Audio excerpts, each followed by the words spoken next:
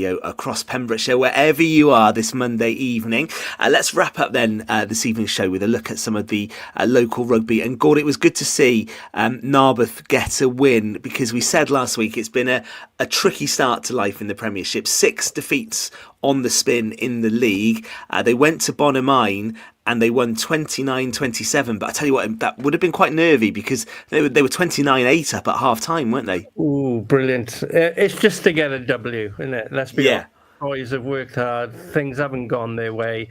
They had a terrific season last season. They've stepped up to another level, and it's been tough. It really has been tough. But for them to come away with a victory on Saturday, it's all rewards for all the effort they've been putting in.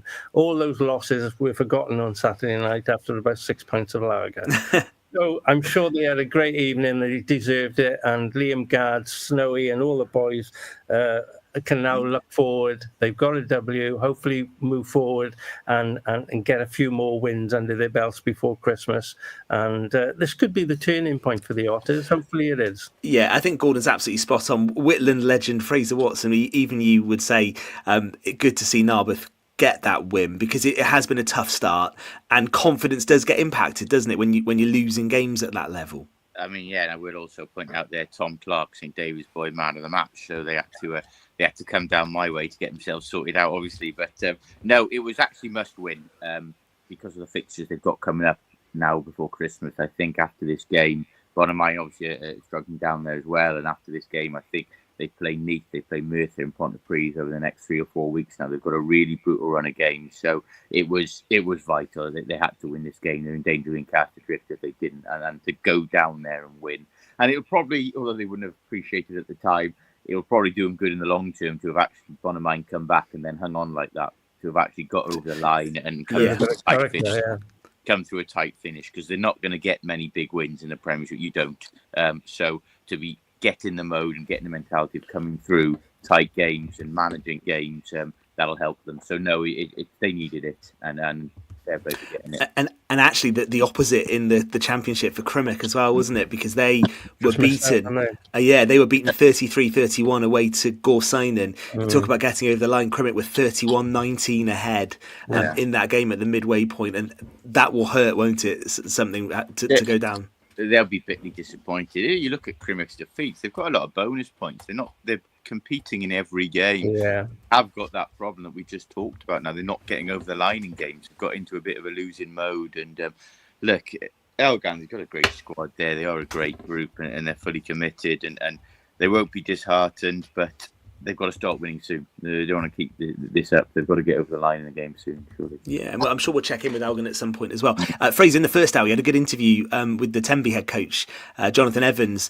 100% record continues, 17-15 against Hendy. Yeah, he's very coy. I can never get him to say, as you already would have noticed, I can't get him to say that we're going for the title. I can't get him to get carried away. He never looks beyond Saturday. I'll crack him one day if he does. I really will. But no, look, they're going very well. And it's a tough league. It's a tight league, that Division 1. They're all very evenly matched. I think you mentioned that Tenby go to Pontarddulais this Saturday.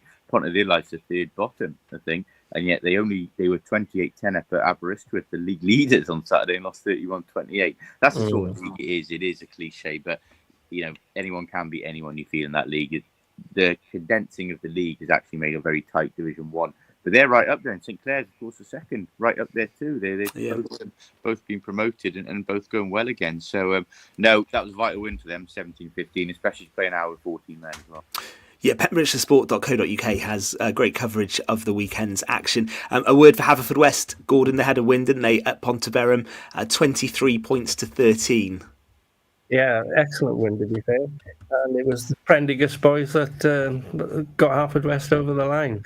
Jack Codd scored 13 points with his trusty boot, and my great-nephew, Iestyn Arnold, crossed for a try. So it should be known as Prendergast, not Haverfordwest boys. We've been keeping that club alive for so long in Prendergast. We all stuck together. We should have formed a rugby club, not a football team. But never mind. Family affair, that Well done. That's a great win. Yeah, absolutely right. You don't look old enough to have a great nephew, though. I can't believe that. Exactly. Do have a look at I Pembrokeshire can Sport. tell you what his actual nephew was up to on Oh, the weekend. Hey, don't go down that. Don't spoil the family tradition. He was with you in Cardiff, Fraser, I was he did, not? I did bump into one of Gordon's friends in family in Cardiff. Yes, so nice to see him. I haven't seen him for a while. Excellent Nice to see him sober for a change, isn't it? Well done to all of our side who were No in action problem. over the weekend as well. St David's had a win against Langham. That's the feature game on Pembrokeshire Sport as well. Whitland in action as well. So do have a look at those match reports. Whitland winning at Nantgaredig 25-20. Have we got an indoor cricket update, Fraser, before we finish this evening? Yeah, we have indeed, Ben. Neyland marching on again. They played Pembroke. Pembroke B, I believe, in the first game. Scored 146 for 3.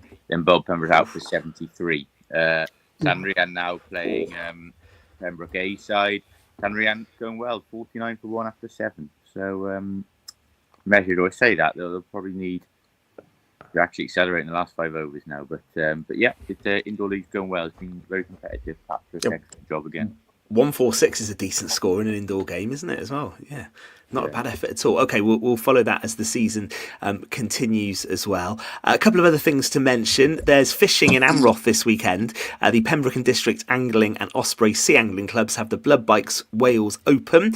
That's a fundraiser with cash prizes. That starts at 11 fishing in Amroth. It's a good site, that. I don't know if any of you have ever been down to see that. I've covered that before. And along the front in Amroth, there's loads of them take part in that. It's quite serious business. Ever fished competitively? And anyone? Gord? No, Tom? No, not in the sea, but I fished plenty around the waters in the Western Clever, yes. Excellent stuff. Okay. I bet you were quite good, Gord, as well. You look quite coy about it. I think you were quite good. That's quite a good pun, that, coy. I like that, Ben. Thank you. All right, so that details of that on our events page at purewestradio.com. Have a look at that. Also, Andrew Evans has asked us to mention 8 Pembrokeshire short mat bowlers head to Scotland for the British Isles Championships this weekend. Excellent. We've covered that on the show before. So good luck to them flying the Pembrokeshire flag. Let us know how you get on at the weekend so we can mention that on the show next Monday. And just a plug as well, we have a special Pure West Sport coming up on the 2nd of December, which will be looking back on the Sport Pembrokeshire Awards. Tough job for the judges. I'm not going to put Fraser on the spot too much because he is one of the judges for the Sport Pembrokeshire Awards, but it was good to see on the nominations list, Fraser, some really good people and clubs recognised, and also some familiar names from this show have been nominated as well, haven't they? That people we've spoken to. Yeah, that's right. Yes, I won't really speak. Be careful what you say. You want it to. You do. You don't want to be looking at lower quality, like a low quality or a lack of entries or anything like that. So the fact that it is difficult and the fact that we do have arguments and debates is healthy. I think it shows the awards in a good place, and it shows people are still interested in nominating, which means the prestige of them is still very much alive. Yeah. I thought he dealt with that like a politician, didn't he? He answered that very well. He didn't even answer the question. He didn't practiced the answer. He gave nothing away.